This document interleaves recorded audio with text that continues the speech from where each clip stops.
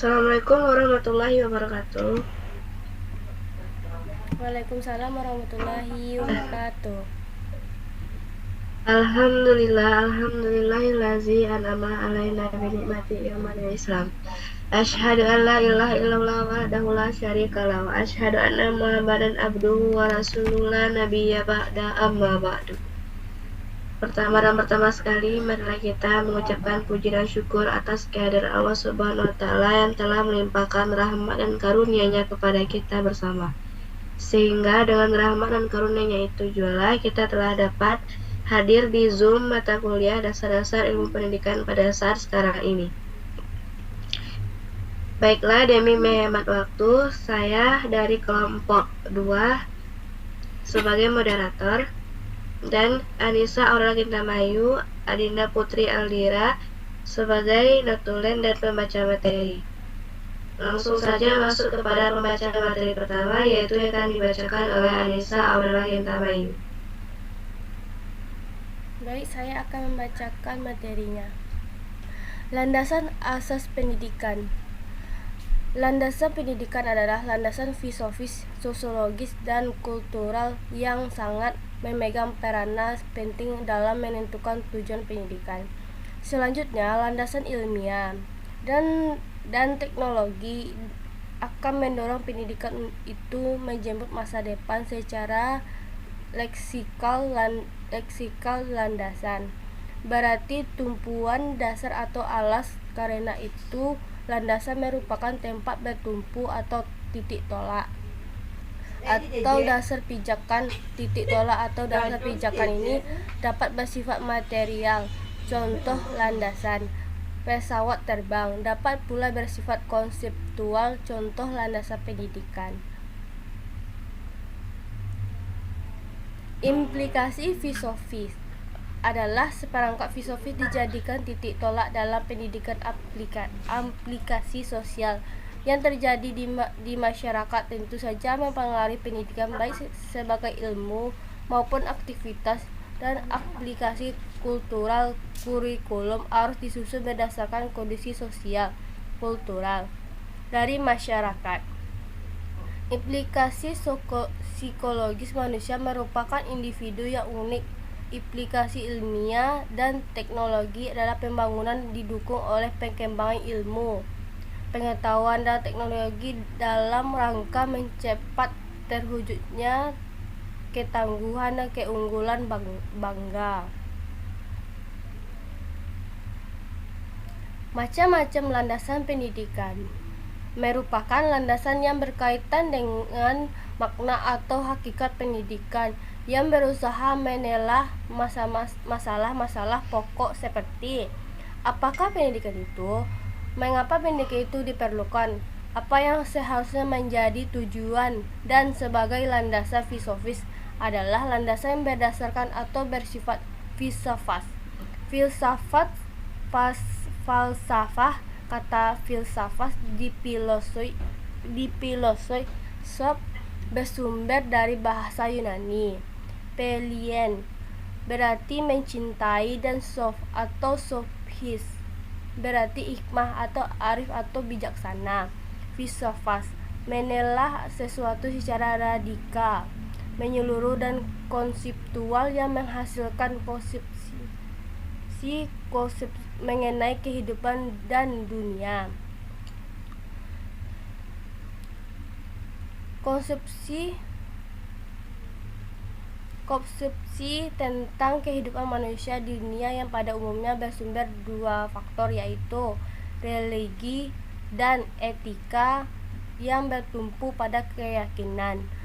B. Ilmu pengetahuan yang mengandalkan penalaran. Baik, saya kembalikan koordinator. Terima kasih kepada Anissa Aurel Gintamayu. Selanjutnya kepada Adinda Putri Aldira.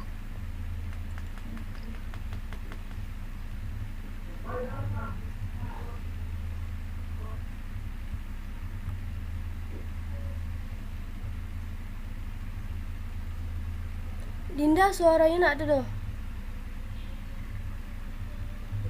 Hari. Hasil-hasil kajian filsafat tersebut utamanya tentang konsepsi manusia dan dunia. Sangat besar pengaruhnya terhadap pendidikan. Beberapa aliran filsafat yaitu sebagai berikut. 1. Naturalisme merupakan aliran filsafat yang menganggap segala kenyataan yang bisa ditangkap oleh panca indera sebagai kebenaran yang sebenarnya. 2. Idealisme. Perbedaan dengan aliran di atas, idealisme menegaskan bahwa hakikat kenyataan adalah ide sebagai gagasan kejiwaan. Apa yang dianggap kebenaran realitas, hayalan, bayangan, atau refleksi dari ide sebagai kebenaran bersifat spiritual atau mental. 3. Pragmatisme merupakan aliran filsafat yang mengemukakan bahwa segala sesuatu harus dinilai dari segi nilai kegunaan praktis. Dengan kata lain, paham ini menyatakan yang berfaedah itu harus benar, atau ukuran kebenaran didasarkan pada kemanfaatan dari sesuatu itu harus benar. Pragmatisme. 4. Esensialisme merupakan mazhab filsafat pendidikan yang menerapkan prinsip idealisme dan realisme secara eklektis. Berdasarkan eklektisme tersebut, maka esensialisme tersebut menikmati kebenaran penerapan prinsip idealisme atau realis dengan tidak meleburkan prinsip-prinsipnya. 5. Ada persamaan antara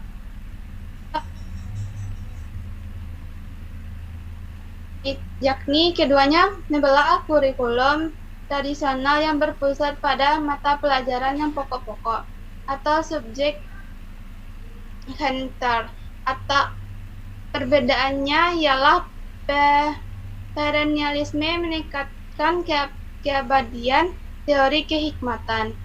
6. Pragmatisme dan progresifme adalah aliran filsafat yang memandang segala sesuatu dari nilai kegunaan praktis. Di bidang pendidikan, aliran ini melahirkan progresifisme yang menentang pendidikan tradisional. Manusia akan mengalami perkembangan apabila berintegrasi dengan lingkungan sekitarnya. Berdasarkan pemikiran progresifisme atau gerakan pendidikan progresif mengembangkan teori pendidikan yang berdasarkan diri pada beberapa prinsip. 7. Rekonstruksionalisme adalah suatu kelanjutan yang logis dari cara berpikir progresif dalam pendidikan. Individu tidak hanya belajar tentang pengalaman-pengalaman kemasyarakatan masa kini di sekolah, tapi haruslah memelopori masyarakat ke arah masyarakat baru yang diinginkan. Dan dalam pengertian lain, rekonstruksivisme adalah mazhab filsafat pendidikan yang menempatkan sekolah atau lembaga pendidikan sebagai pelopor perubahan masyarakat.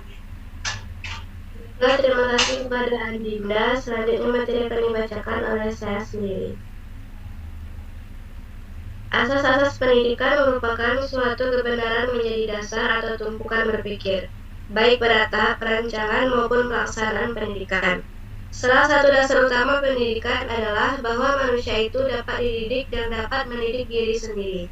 Di antara asas-asas tersebut adalah asas Tuturi Handayani, asas belajar sepanjang hidup, dan asas kemandirian dalam belajar.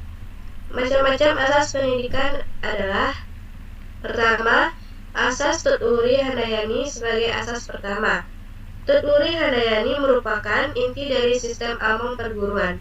Asas yang dikumandangkan oleh Ki Hajar Dewantara ini kemudian dikembangkan oleh Dr. Andus R.M.P. Sastrokartono dengan menambahkan 2 semboyan lagi, yaitu Ing Ngarsa Sungsung Tulada dan Ing Madya Mangunkarsa. Kini ketiga semboyan tersebut terjaga sepanjang hayat. Asas belajar sepanjang hayat atau lifelong learning merupakan suatu sudut pandang dari sisi lain terhadap pendidikan seumur hidup atau lifelong education. Kurikulum yang dapat merancang dan mengimplementasikan dengan memperhatikan dua dimensi, yaitu dimensi vertikal dan horizontal. Yang ketiga, asas kemandirian dalam belajar. Baik asas Tuturi Handayani maupun belajar sepanjang hayat secara langsung erat kaitannya dengan asas kemandirian dalam belajar.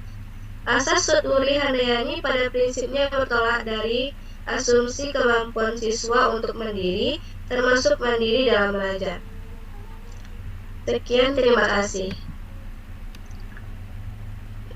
Baiklah, hanya itu hasil dari presentasi dari kami, yaitu kelompok 2. Terima kasih atas segala perhatian dan mohon maaf atas segala kekurangan atau kesalahan. Assalamualaikum warahmatullahi wabarakatuh. Waalaikumsalam warahmatullahi wabarakatuh.